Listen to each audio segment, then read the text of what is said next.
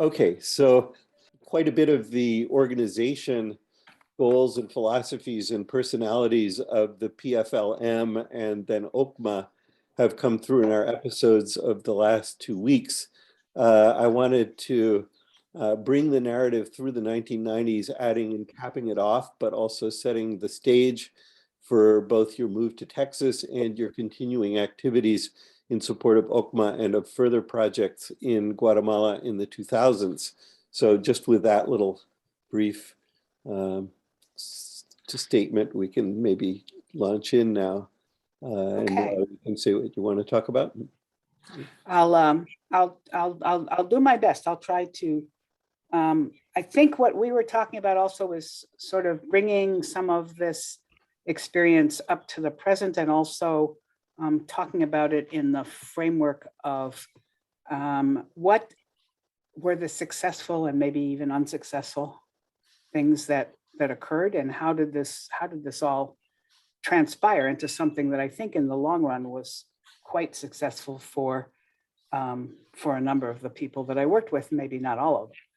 And so we've talked about PLFM, we've talked about OCMA. I mentioned briefly, but I think it would be worth going back to for a little while, funding.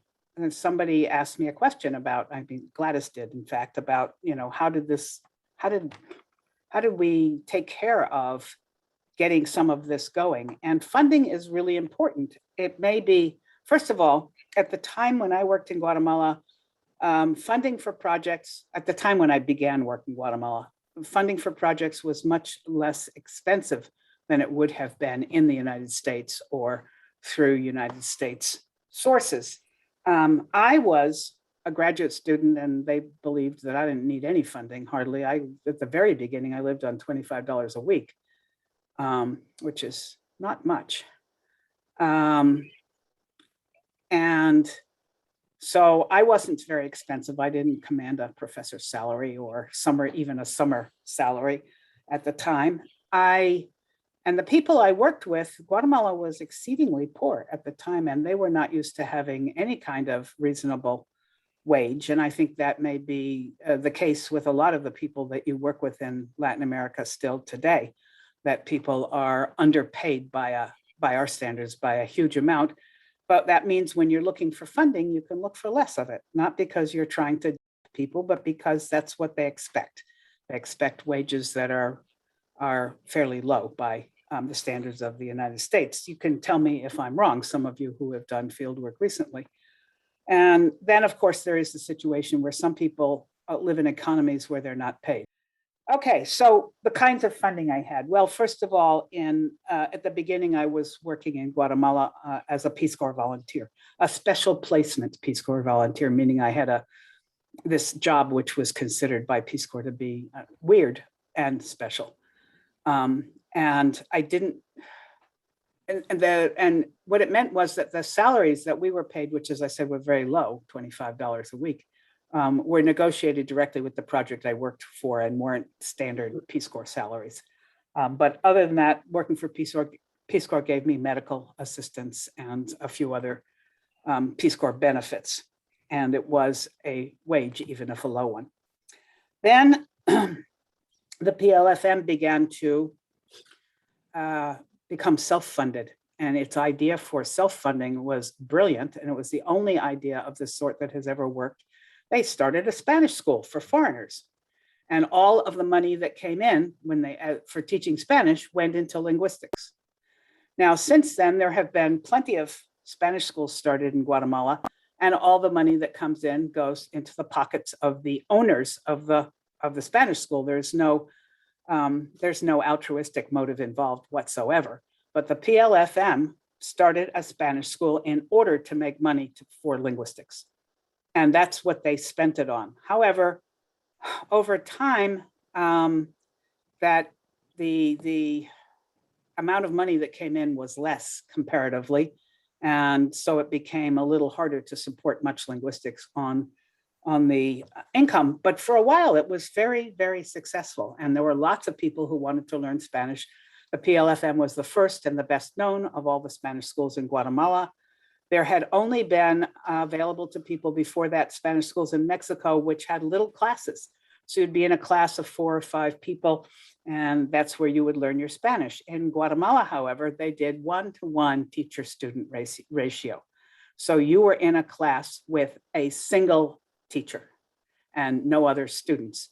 And for some of us, that was all the difference between learning a language at the beginning, well and not.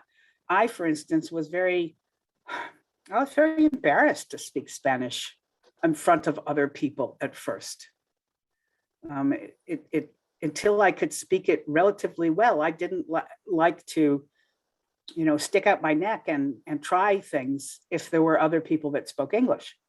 So being in a class with other Americans was a very bad deal for me, because it made me not want to talk kind of all the time, because I had to say things in the presence of people who could speak another language I spoke well, and I just couldn't do it very well. Some of you may have also been shy in that way.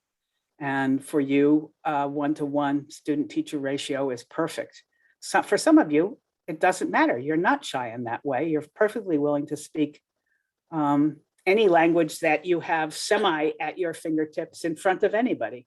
But some of us are not like that. And so it's a big advantage to have a situation where you have one teacher who doesn't speak English and no other students to listen to you. And that's the situation so that was an innovation that the PLFM did in teaching, and they got a lot of money out of it. They had a lot of students, and since the profits at that time were 100% devoted to supporting linguistics, it was a great deal. It was also at the time very, very innovative. Nobody else was doing it. There were Spanish schools, but they were pretty much either academic or for-profit, and not in order to support something else. As with all good ideas, it got, however, ripped off by other people who wanted to start Spanish schools primarily for profit and not for academic or linguistic purposes. And it became increasingly unclear which Spanish school people should go to. And then the war intervened. And at the time of the war, the teachers in the PLFM Spanish school began to agitate for basically for better wages and a better position, all of which was justified. But I think that what was lying behind that agitation was basic racism, that the PLFM was run by Mayas, and the teachers were all native Spanish speakers and not Mayas. They were Ladinos, as they say in Guatemala.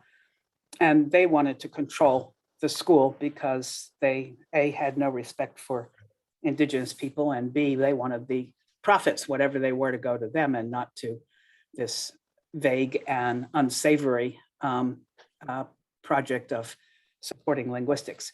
And so the amount of support that the PLFM was able to give to linguistics declined just before the war, and never reached, it now still does support some linguistics, but less than it used to, much less. And so things changed, okay? And as they do. The other kinds of funding, does anybody have any questions about that little bit? Because it is kind of interesting, I think, what was going on there. Okay, if you think of any as time goes on, let me know. The other kinds of funding we turned to immediately in 1990 were, first of all, I got a Fulbright, which paid for me for a whole year with an amount of money that was a little better than a Peace Corps wage, and some equipment that I was able to turn over. I arranged somehow with Fulbright, I don't know how that worked, but I can't remember, but I was able to turn it over to the people I worked with. So that, things like printer and computers and stuff I was able to purchase, but for not only their immediate use, but for their future use as well. So that was a teaching Fulbright. So I also taught linguistics in one of the private universities, and voluntarily taught linguistics in another of the private universities. The one I was hired for was the one that had a lot of evangelicals supporting it, and the one that I taught for voluntarily was the Jesuit university. So I covered the religious grounds pretty well. Um, they have to take these things into account when you're working in Latin America. And then, but that was good funding. It managed to fund me. And then I got one of those universities, the Landívar, that had a grant from USAID. Does everybody know what that is? USAID? It's a development foundation of the United States government that works in a lot of countries around the world. And at the time, it certainly had projects, and it still does, in Guatemala and in lots of Latin American countries. And so by development, they mean lots of things, of course, but they principally mean more of the sort of hardcore development, bridges and roads and those kinds of developmental needs that people have, the infrastructure needs. And so they contribute to projects that do that, also to agriculture and improving agriculture, or at least they think it's going to improve agriculture. It's more likely to with AID when the Peace Corps sends in agricultural workers. It's usually a disaster because they're like college kids who don't know anything about agriculture, and they're learning more from their hosts than their hosts are from them. But everybody has a good time, and it all works out that at least some American kids learn something about agriculture, which they probably didn't know before. But anyway, in the AID is likely to get people who already have a degree in agronomy rather than a generalist BA degree and don't know anything. So they're going to help out more. And at the time, they were convinced, I suppose, by the university, the Jesuit university, the Universidad Rafael Landívar. I think Landívar was the first bishop of Guatemala or something equally appropriate for a name for the university. And they were convinced to donate some of their aid to intellectual projects, not just to bricks and mortar infrastructure projects. And that's surprisingly difficult. It is very difficult wherever you might be to convince international or national aid programs to contribute to intellectual projects. They want to contribute to bricks and mortar kinds of projects. They want to be able to say, we built this building, we built this bridge, we built this thing that is there and is semi-permanent. They are not as interested in saying, we published these books, even though there's still an object that they can point to. It's not as much fun for them to have that object as it is to have a bridge, which seems remarkably short-sighted in many ways, but that's the way it is. But the people, I didn't have anything to do, well, I did have something to do with getting the first funding from the Landívar. The head at the time of something that was called an Institute of Linguistics was a Guatemalan woman the only Guatemalan woman at the time who knew anything about linguistics. And her name was Guillermina Herrera, and she was first just a faculty member. She was a very devout Catholic, and so the Landívar was the right place for her to be. And she was just on the faculty, and then she began to develop a linguistics institute. And ultimately, she rose to the position of rectora, or that would be in our terms, president of the University of the Landívar. And then I don't know the whole story, but she got kicked out by the Jesuits. Maybe she was too powerful. I really don't know. It was, as far as I understand, a very sad occurrence for her personally, and certainly for the country. But anyway, back in the 1990s, her goal was to do more linguistics and to do it with speakers of Mayan languages. And she had gotten a master's at SUNY Buffalo, did not go on for a PhD, although she, at the time when I was at the University of Iowa, she came for 1 year, but then the war intervened. Every day she was getting horrible war notices, and she just had to go home. She couldn't stand being far from her homeland during a war. So she didn't continue with her PhD, but she did some really great things for linguistics when she got back, including starting an institute at the Landívar, beginning to publish grammatical sketches that came out of the projects that I ran, and getting some of this AID money, some of which she then turned over to me for a small project, which had enough money to pay for 5 people. So I took the best people that I had worked with in 1988 and 1989, and who all got along, and we established a project.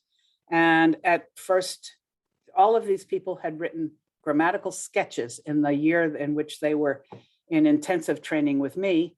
And so they knew a good deal about grammar, and they all decided to continue to do several kinds of projects. And here's where it gets very interesting, because people begin to decide on the projects that they want to do. And what were the projects that some of these folks wanted to do? Well, they wanted to make pedagogical grammars. So what's the difference between a reference grammar or even a grammatical sketch and a pedagogical grammar? What do you think the difference would be to folks like these, many of whom were trained as teachers? Not all of them, but quite a few of them were. What's this class of things that I'm calling a pedagogical grammar? Can you imagine what it might be? Come on, you got to figure this out. It's probably something like a textbook. To do what? To teach the language. I mean, the task would be to translate linguistic terminology into sort of layperson language for teaching the language. Uh-huh. Okay. So what does that involve, everybody? I mean, it involves, in addition to other things like creating exercises and stuff like that that can be useful in a classroom, and also like significant restructuring usually, because like the kind of order that you present things in a linguistic grammar, right, is completely different from how you present them in most language classes. You go through kind of topic, like types of interaction or conversational types or something, more than you go through, kind of grammatical categories, for lack of a better term. Okay. Lizzie, you had in the chat, you said prescriptive, not descriptive. I mean, and Sophie, when you said something about this is to teach the language, that was a little unclear. Sure, like geared towards, I was going to say maybe heritage speakers, but that's not even necessarily the case. But it could be in a case where you're trying to sort of reclaim or revitalize a language. It could be. In Guatemala at the time, it was not the case that all of the languages that people were intending to work on had a robust number of speakers. But it could be, if you don't have much left but heritage speakers, you could be aiming toward them. But what is it you're teaching them when you say the language? What is that? I mean, I don't know. I think it depends on the class. Like, I mean, May was sort of saying you don't necessarily go walk through grammatical categories in a language class, but I think it depends on the mode of instruction. I mean, I could imagine you're trying to teach someone how to speak the language, but it could also have to do with learning more about the structure of I think it depends on the sort of pedagogical style. I don't know. Okay. I think I agree that it could have a great deal to do with grammar, teaching grammar. It could also have something to do with teaching the language. So May says, along the lines of Lizzie's comment, you also have a particular sense of what the language is, which you might want to teach, right? Basically, pedagogical grammars in their written form are ways in which you're going to teach something about the language. It could be structure, it could be teaching people to speak, depending on what your needs are, to either speakers of or heritage speakers of the language. And what you're concentrating on is teaching them the rules. Some of that is very boring. You may remember, you may have had some course like this when you were in school, but some of it can be very useful as well. And those rules, some of them are prescriptive, as Lizzie suggested. Some of them may be descriptive, but the purpose of this kind of grammar is not the same as a reference grammar, where you want to just teach everything you know about the language and its grammar to people. This is something in which you want to teach the rules, the standard rules, if you have reached the point of standardization in your community. Does anybody have anything else to ask? Some of you have worked on books for children, some of which do teach grammar or do teach something about the language. Have you not? How many of you have done something like that? Whoa, how many of you thought about doing something like that? Okay, Kelsey. All right, so this is something you want to know more about, right? What is a pedagogical grammar? Compare it to, say, a reference grammar, which is, as linguists, we're always interested in reference grammars. We want to write the definitive description of the language we work on. But that's not exactly not necessarily what people are going to be able to use. Ivana, I have the sense that you have seen these kinds of products before, pedagogical grammars. I would suspect that people in Alaska have started making and using them. Am I correct? Yep. Yes. Yeah.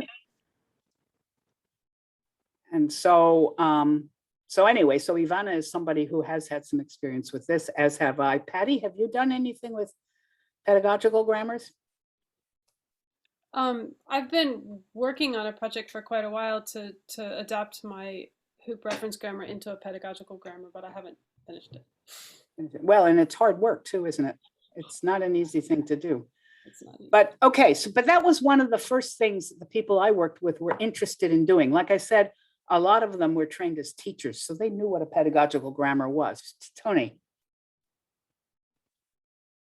I just wanted to add that we did a 3-year series over 3 summers in the Automanguean group that meets in Oaxaca City in the summers, where we worked on pedagogical grammars. And Luis Amaral from the University of Massachusetts, who's a applied linguist who knows about these things, taught about it. And it was really a revelation because the concepts behind pedagogical grammars are completely different from those for reference grammars. And one of the things that was most notable, just as a takeaway from it, was the way in which what linguists tend to do, linguists who are not speakers tend to do versus people who are speakers, linguists or not, can do are complementary. So one of the big leads in a pedagogical grammar is lots of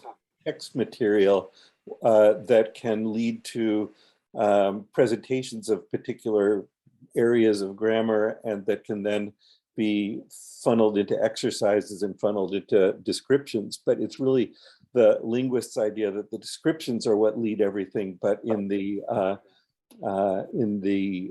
pedagogical model, it's really the texts and then the exercises that are the backbone, and the descriptions are kind of along the way. Oh yeah, and you mentioned something very important, exercises. Pedagogical grammars are meant to teach something. And whatever that something turns out to be, you have to have exercises to practice that something. It may be, filling in the blanks with a grammatical rather than a grammatical word or form. It may be shifting something from some grammatical form to another. It may be writing paragraphs. It may be any kind of exercise that has something to do with either using the language or using the correct rules for the language. And I also mentioned before that one of the things that interests people is standardization. If they speak a language that has much variation, which some people do and some people don't, people who speak Mayan languages speak languages that have, unfortunately, a great deal of variation. So they're very interested in standardization, but they have a hard time achieving it because some of the languages are so varied. Danny works on one of the worst in terms of the amount of variability, and I work on the other worst in terms of the amount of variability, because the Mam and Ixil just have tremendous differences from town to town, or even from age group to age group, but specifically from town to town. most Mayas believe that the way they talk is the best, period. And so the way they talk down the road will be different and hilarious. And those guys, they just talk so weird. They don't know how to talk. Occasionally there is a town down the road that is respected as the best place. But that's what happens with Quiche, for instance. There is a town or a small group of like 2 or 3 towns that people think are really, really good examples. And then there's some towns that they think are really, really bad examples of good Quiche. Of Quiche. But in a lot of towns, people think that their way is the best, period, and every other way is not good. That is a little bit difficult when you're trying to standardize, because what people want to do is standardize their dialect. And dialect, by the way, is by and large a bad word in Latin America. It's a word that is used by people who would like to denigrate the language that they're speaking of. So they don't want to call it a language. They want to call it either a tongue or a dialect or some other derogatory word. So when we talk about the differences, the regional differences, people usually use the word in Guatemala, they usually use the word variant. This is a different variant of the language that they speak over here, because variant doesn't have that same negative connotation, but dialect is a word that's used by many people just with a very negative connotation. You may or may not find the same terminological difficulties where you work, but you should investigate terminological difficulties, because there are going to be terms that are just not acceptable and others that are, and they may be different from country to country. So that in Guatemala, people can't stand having their language called a lengua, a tongue. They think that's derogatory. In Mexico, that's a standard word, as it is in Spain. And everybody uses lengua instead of idioma, which is what they insist on in Guatemala. And idioma is the formal word for language, but in Guatemala, it's only used for Spanish by the intelligentsia. And so it's not applied to Mayan languages at all.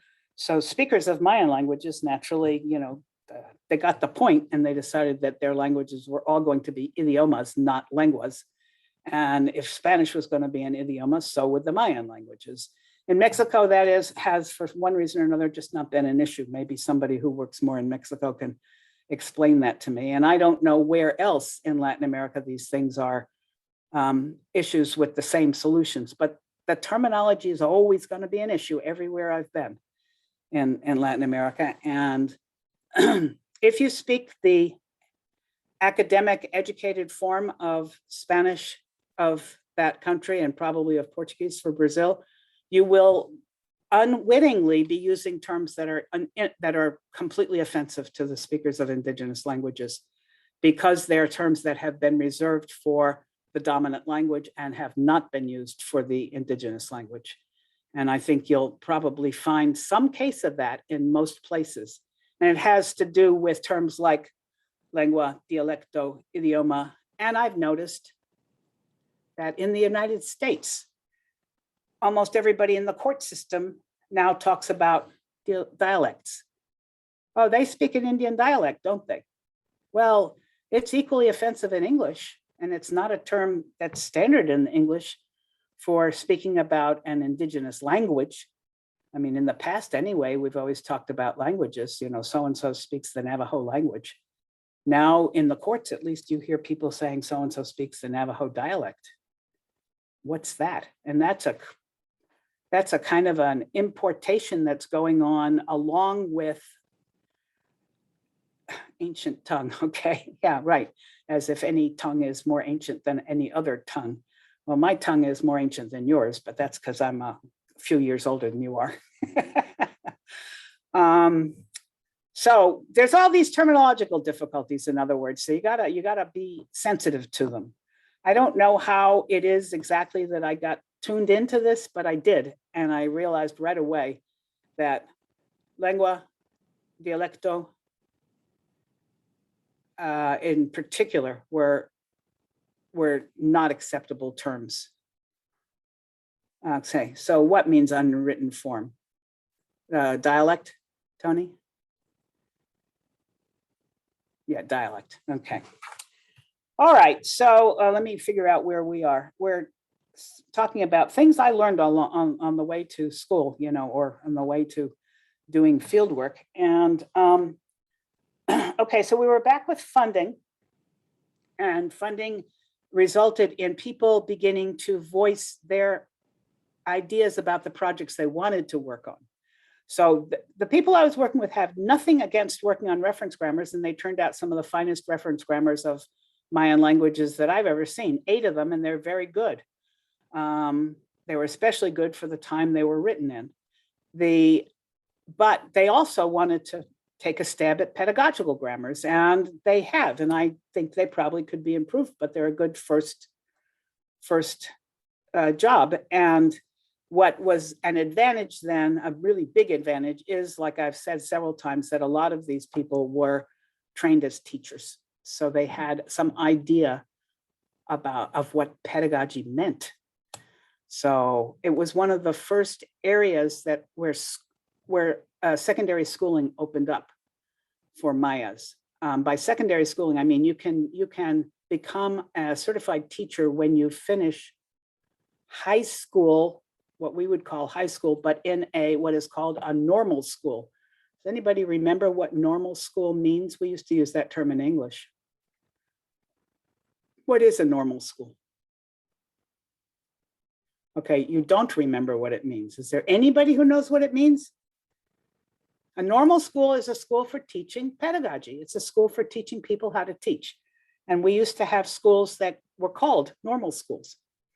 Well, so anyway, that's the first kind of higher education that kind of opened up widely, broadly in Guatemala for Mayas. When I started working in Mayas in the 70s, there were almost no Mayas who had anything equivalent to a high school education.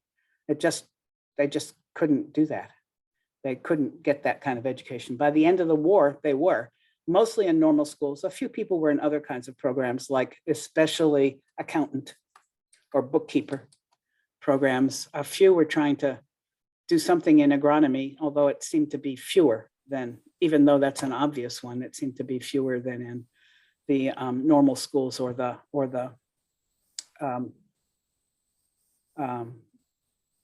schools for, what was the other thing I mentioned? Normal schools and accounting. Christian. Nora, do you know which like model these normal schools actually follow for teaching how to teach? Because that's an issue that I've heard, like through, you know, teaching a second language, that usually it's based on European languages. And in the case of indigenous languages, you know, people tend to think that, okay, let's replicate models that we know from, you know, these major languages, but it might not be as, I don't know, useful or effective in terms of teaching, Right. You know, because the structures we have different, well, you know, I mean, you know what I mean. Right. I think that's a very good point, that the model that people have for normal schools is some kind of European education, usually based more on Spanish education than any other European country. And it might not be as appropriate as the teachers and the government think it is. And then the materials that you produce might not be as appropriate.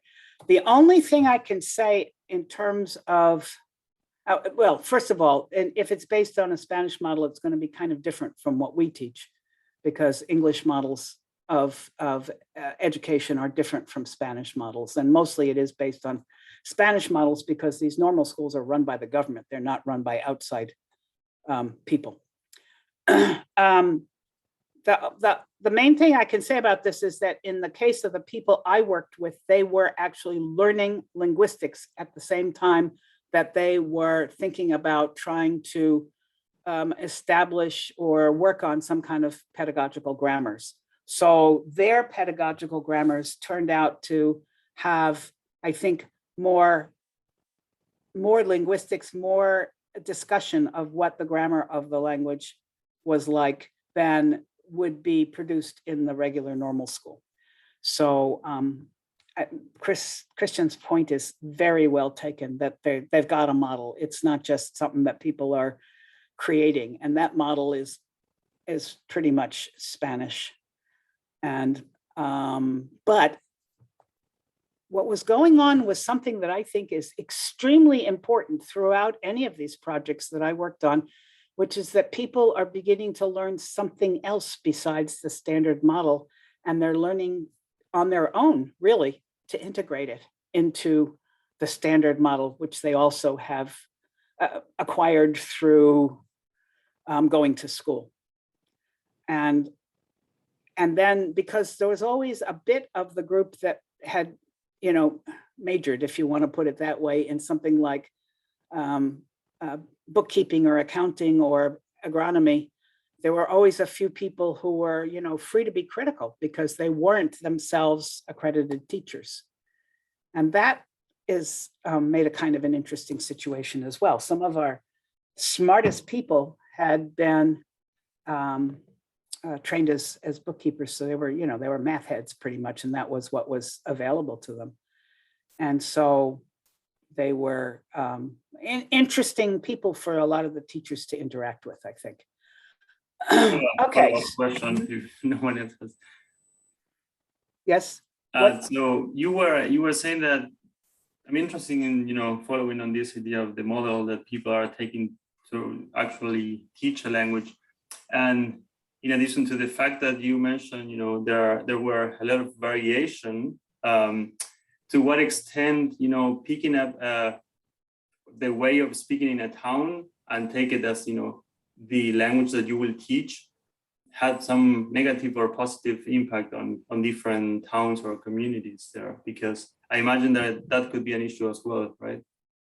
Absolutely, it was an issue, and which for there's this big horrible problem. Do you teach a specific dialect, quote, dialect / variant / whatever else you want to call it, for your standard language, or do you make up a new one, which is also a possibility? It's what a lot of people did with Basque when they were trying to standardize Basque, because they made up a new variety of Basque, which combined grammatical features from different ways of speaking Basque. Of course, making up a new variety is really hard because you don't have any native speakers to go to say what's right or wrong or possible or not possible. On the other hand, it doesn't necessarily offend anybody, which is a very, very useful.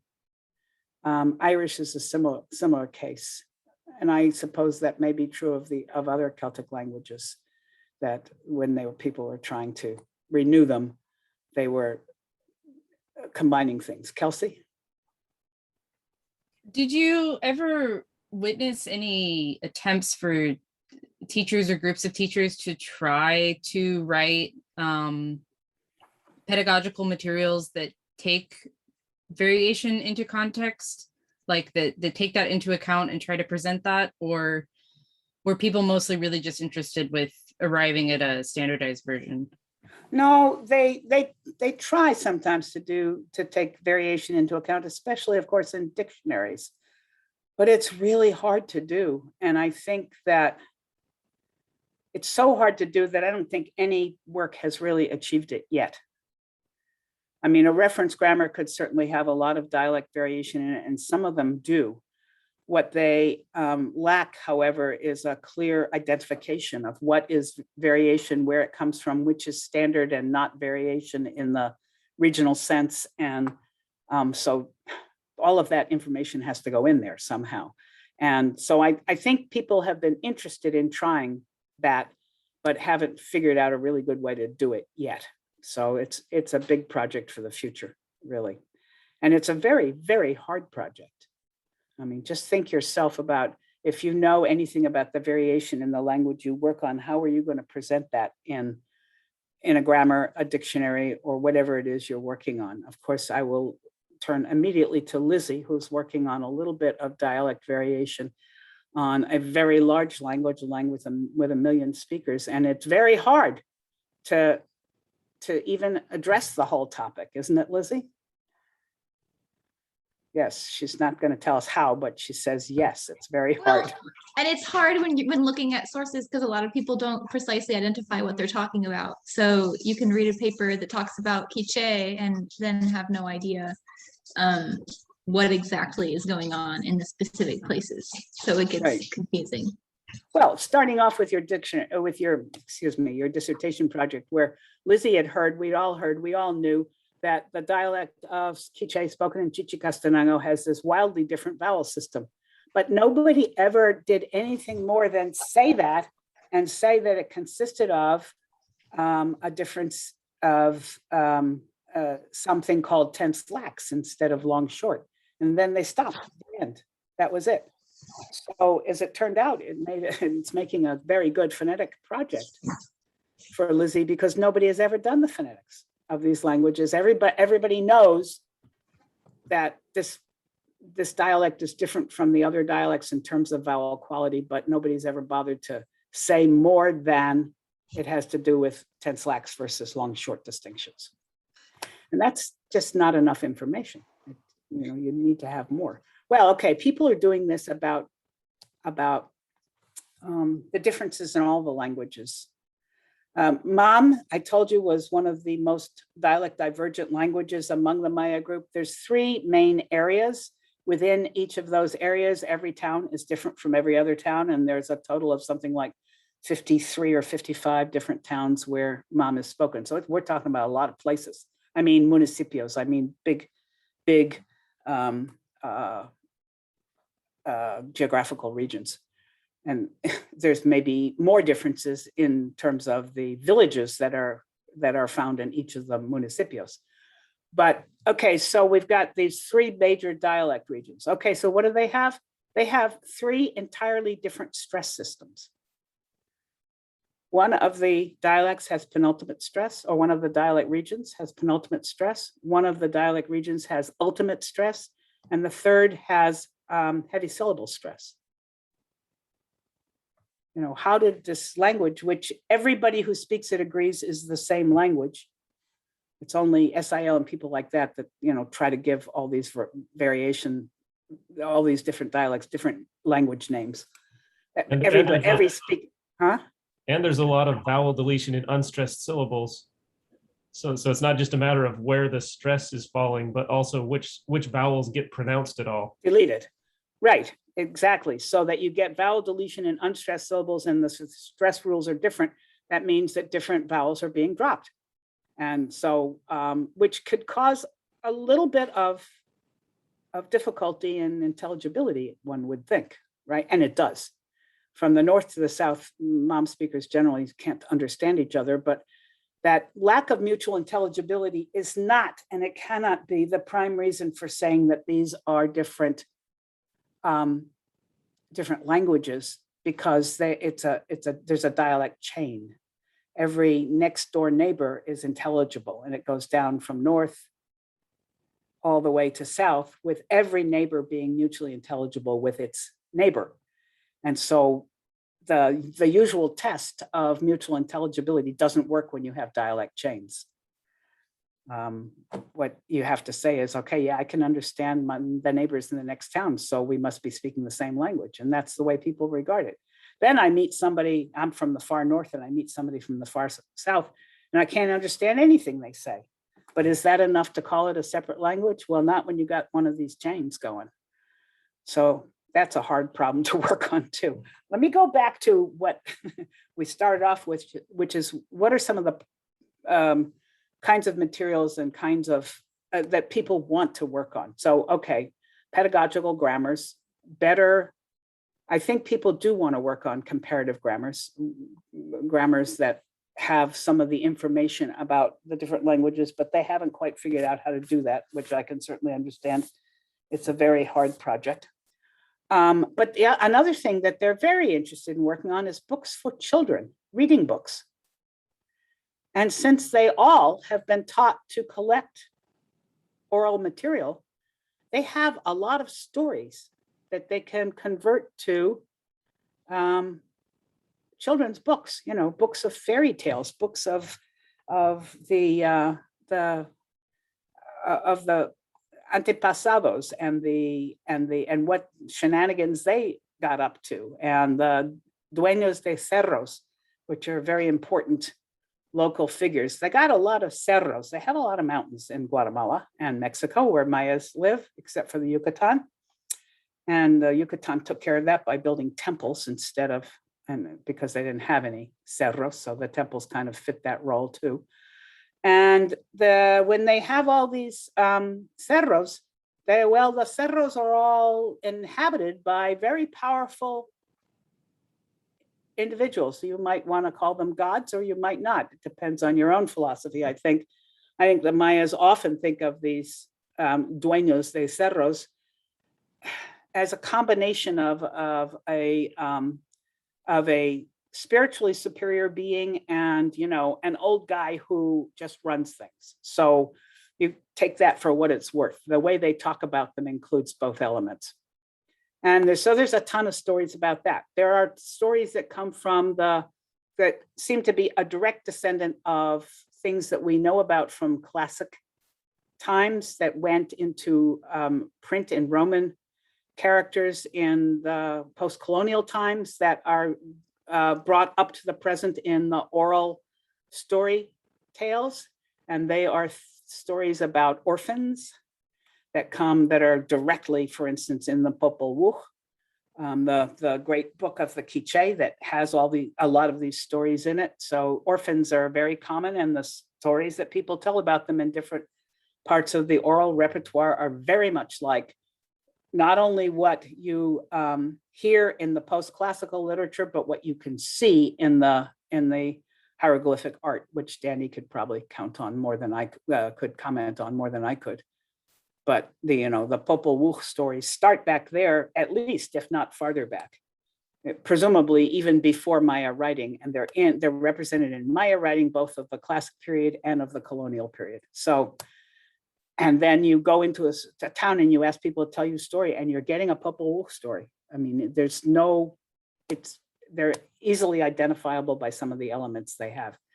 And you get also other kinds of traditional tales and stories, many of which are religious and some of which are jokes and fun and, you know, not religious.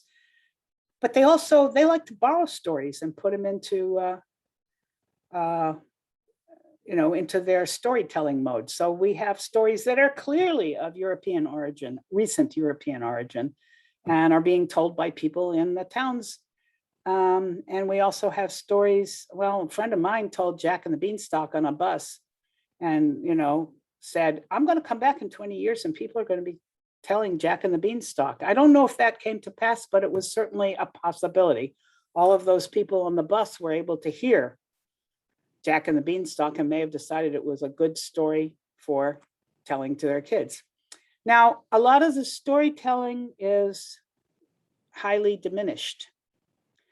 People don't do it very much anymore. They started not doing it during the war. Why? Well, storytelling was mostly done in the late afternoon.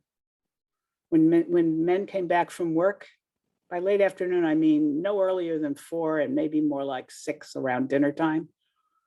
And men came back from work and the whole family was home and the kids weren't in school anymore and they'd be sitting around, it would be getting dark.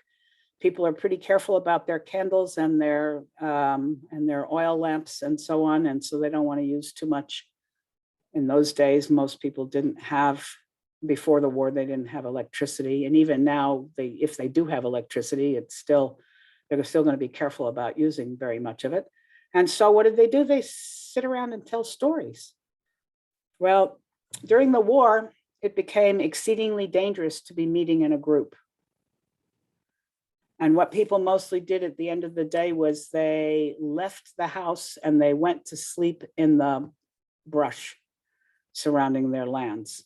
They could not stay at home because the army would come in and kill them all, or a group of the government supporters.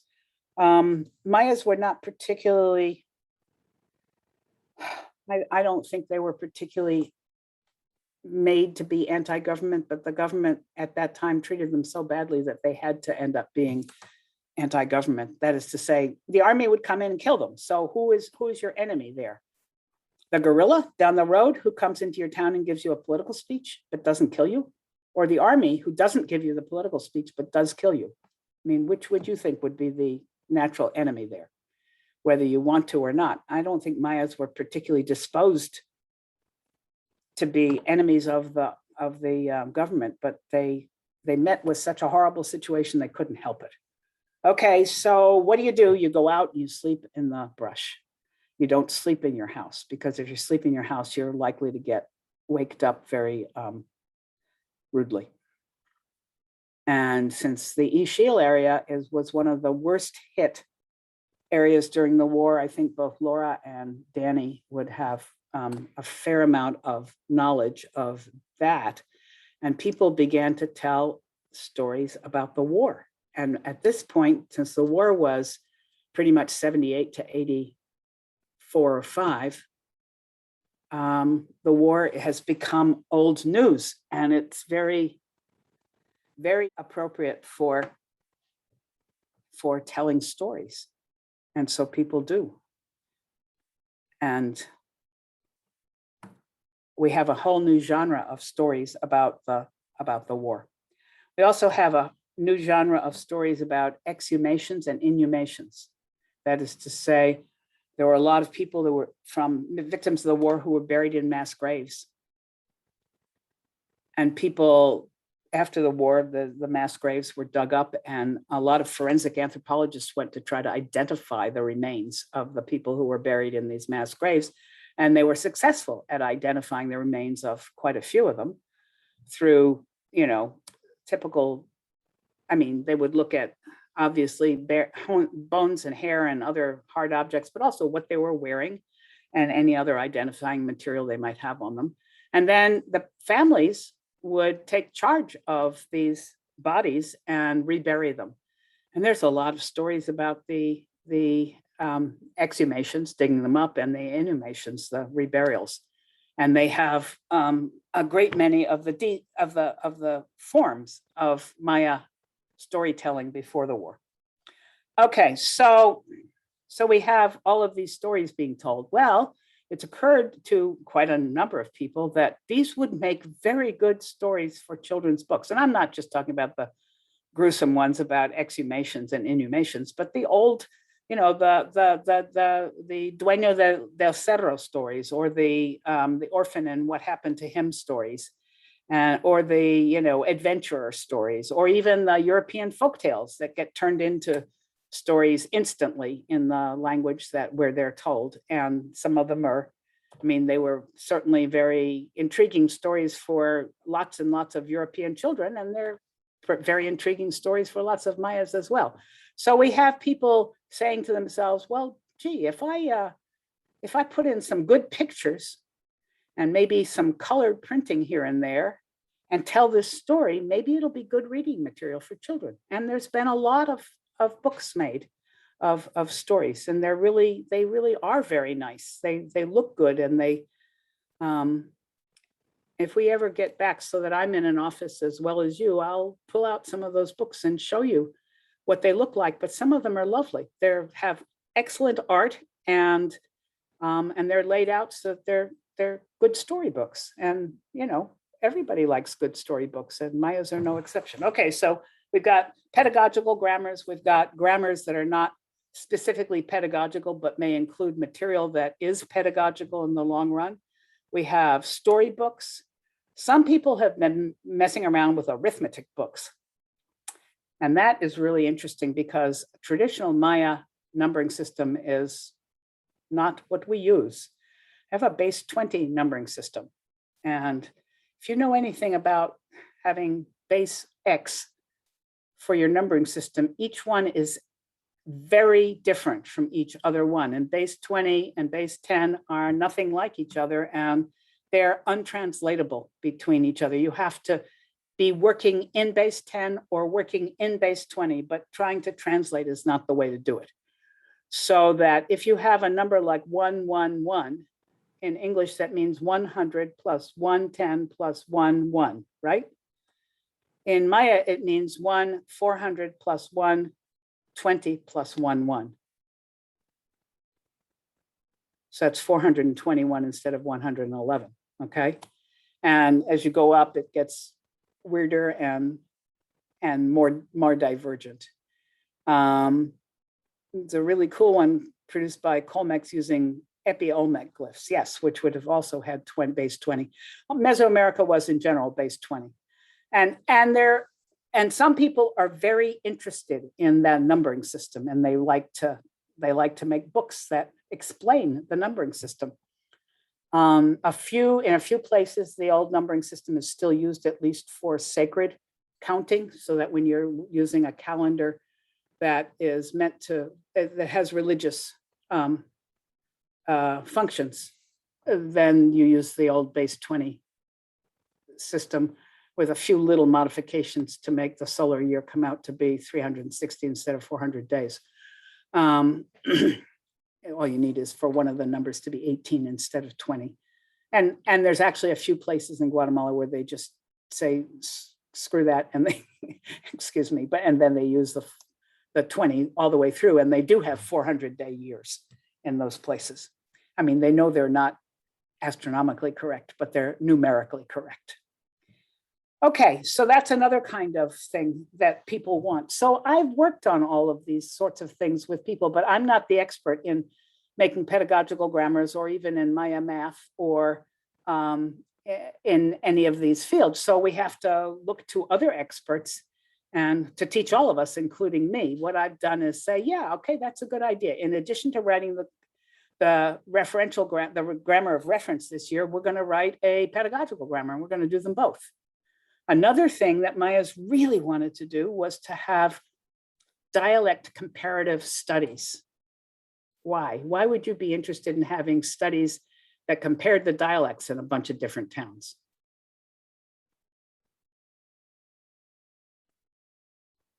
Well, you'd certainly want it if you want to do some historical work, right, Danny? But that's not really what they were particularly interested in. What they were interested in was, take a guess, everybody. Be very useful for standardization, language standardization, or writing standardization. Absolutely. It's useful. You need it for language standardization.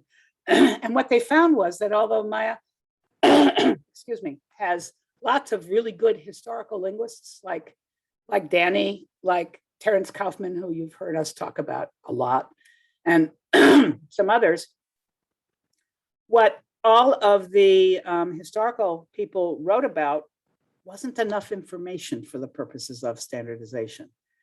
You need to have full word lists in all the different dialects, not just a work that says, you know, such and such is different from dialect to dialect. You need the details. It's the same problem that Lizzie came up with the vowels in Chichicastenango versus other kinds of Quiche. People knew they were different, but they didn't bother to put down all of the details of how they were different. Well, the same with the dialect differences. People needed to know exactly how all of these dialects differed from each other, not just that they were different, because they were going to choose a form. And if you didn't have the form before your eyes or in your ears or wherever those forms go, then how can you choose one? Okay, so they went out and then published books that had lists of words in the different languages and a discussion of what the differences were from town to town. They could be improved. It's like a first attempt, but they're way better in terms of the information that they wanted than are the books that were published by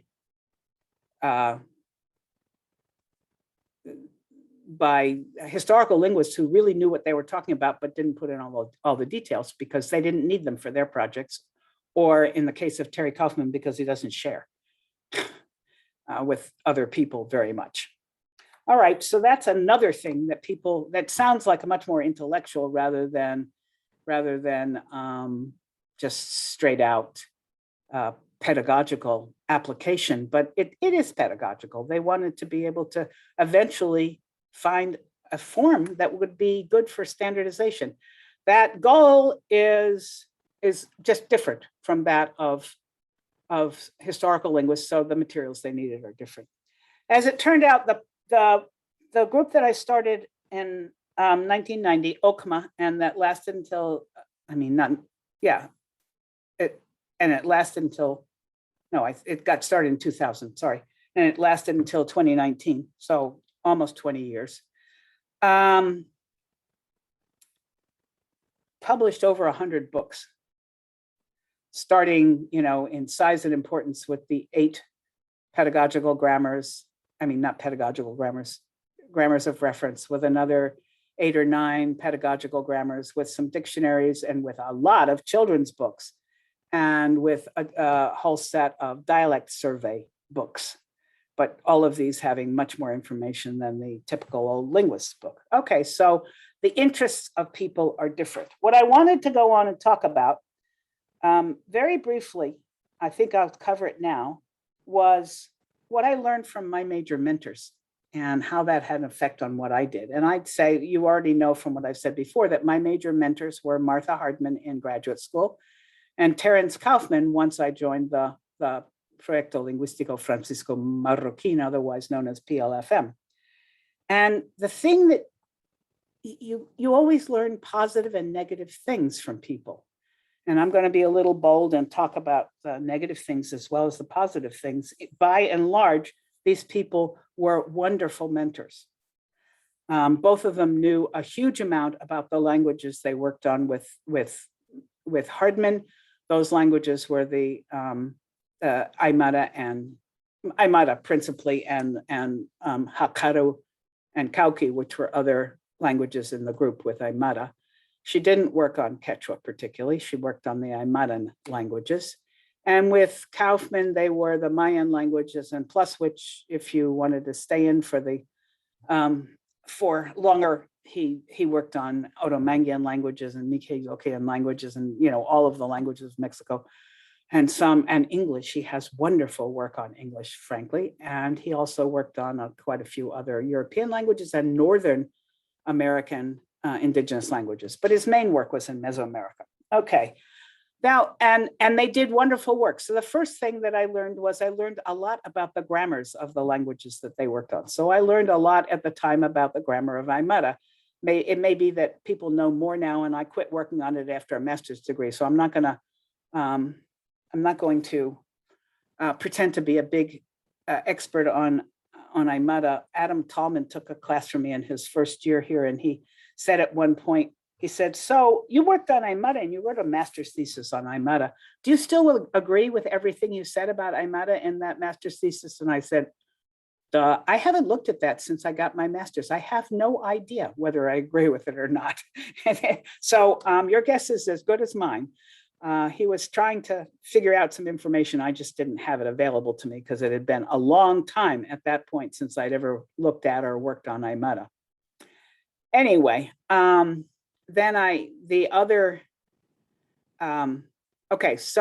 what I also learned from Hardman was she was working with some Aymara speakers who became pretty well known as experts in their language. One was Juan de Dios Yapita, and the other was Juana Vasquez. And Juan de Dios was the kind of the leader of those two. And she wanted very desperately for Juan de Dios at least to be admitted to graduate school and to get a degree in linguistics. But he was in his mid-40s. And you say, well, so it's very hard to learn another language to academic ability when you're in your mid-40s. And he could not get the English that was enough to do graduate school. Some people who are wonderful language learners can learn languages in their 40s and even 50s and later. But most of us, our language learning abilities decrease over time. And when you're in your mid-40s and you want to go to graduate school in linguistics in English, it's going to be tough. So what I learned from that was I loved that she wanted to work with speakers and she wanted to get them prepared. And she wanted to teach them as much as she possibly could about their languages. And she did. And I think both of them learned a great deal about their languages, and that was wonderful. but she couldn't get either of them to get professional credentials. And so what I learned from that was, well, if I wanted people to have professional credentials, I better start when they're younger. And so at first, everybody I worked with was and not only at first, most of the time when they started with me, they were in their 20s. And some of them were even younger than that. Thelma Khan started when she was 18, for instance, as did a number of other people. So, and they didn't have, the ones that came to graduate school here, they didn't have any real trouble learning English.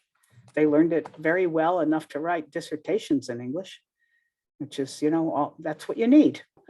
And so for language learning, youth is a good thing, okay? And you just have to remember that. And although you may be working with one of the smartest people you ever saw, who's in his or her 40s, that person may still have some trouble learning the next language. And so just keep that in mind. It might not matter, but it might. And something I learned from Kaufman was you can't talk like you're talking to a graduate class to everybody. And that's what he did. When he taught, he would give a lecture, just like in a regular, he does this when he did this when he taught in the States as well. But he would give a lecture that you would give to, a graduate class. If you were going to just imagine some of Patty's lectures about language typology or language contact, and at the top of the spectrum there, the ones that she gives that are hard to understand, and he's given it to guys that have, at the most 12th grade formal education and have never seen linguistics before. Well, it didn't work as well as it should have, right? So in the beginning, when I started, Will Norman and I, we were the two other linguists involved in the project. We would go around and sort of repeat. We were TAs, and our position was being a TA.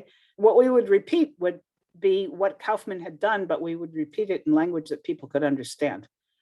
So it taught me a lot about, you have to figure out the level of your interlocutors to try to teach them things that they will understand and not things that will go completely over their heads and frustrate them and be in the long run worthless.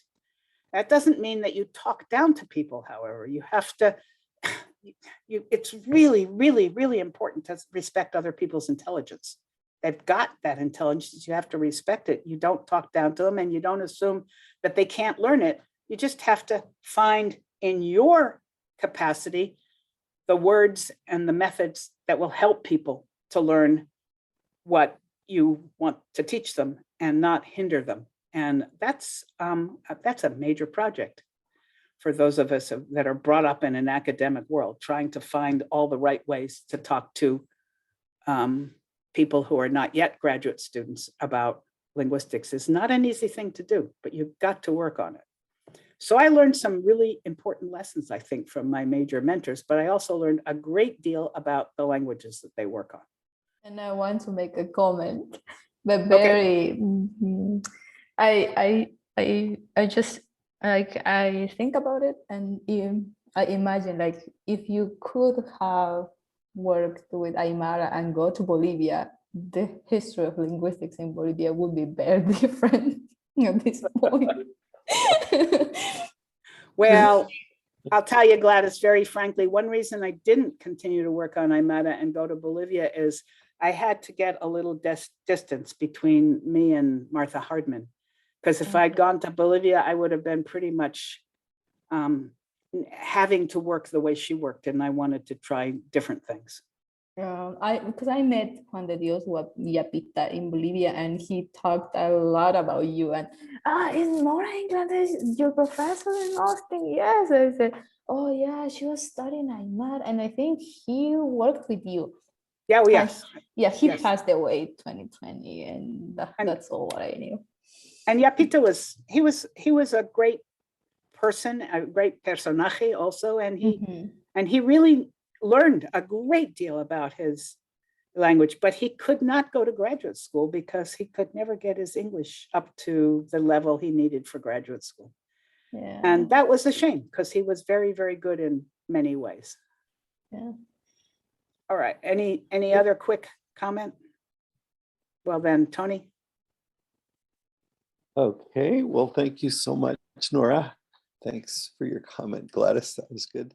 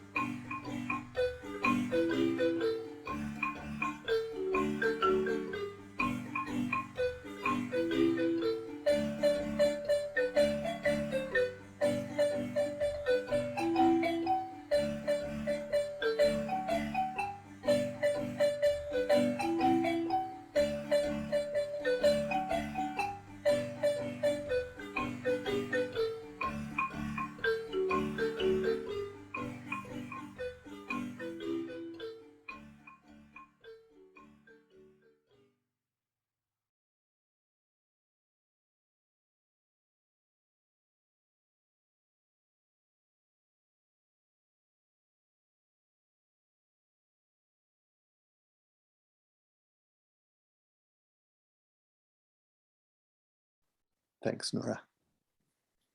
You all are welcome. I like doing this.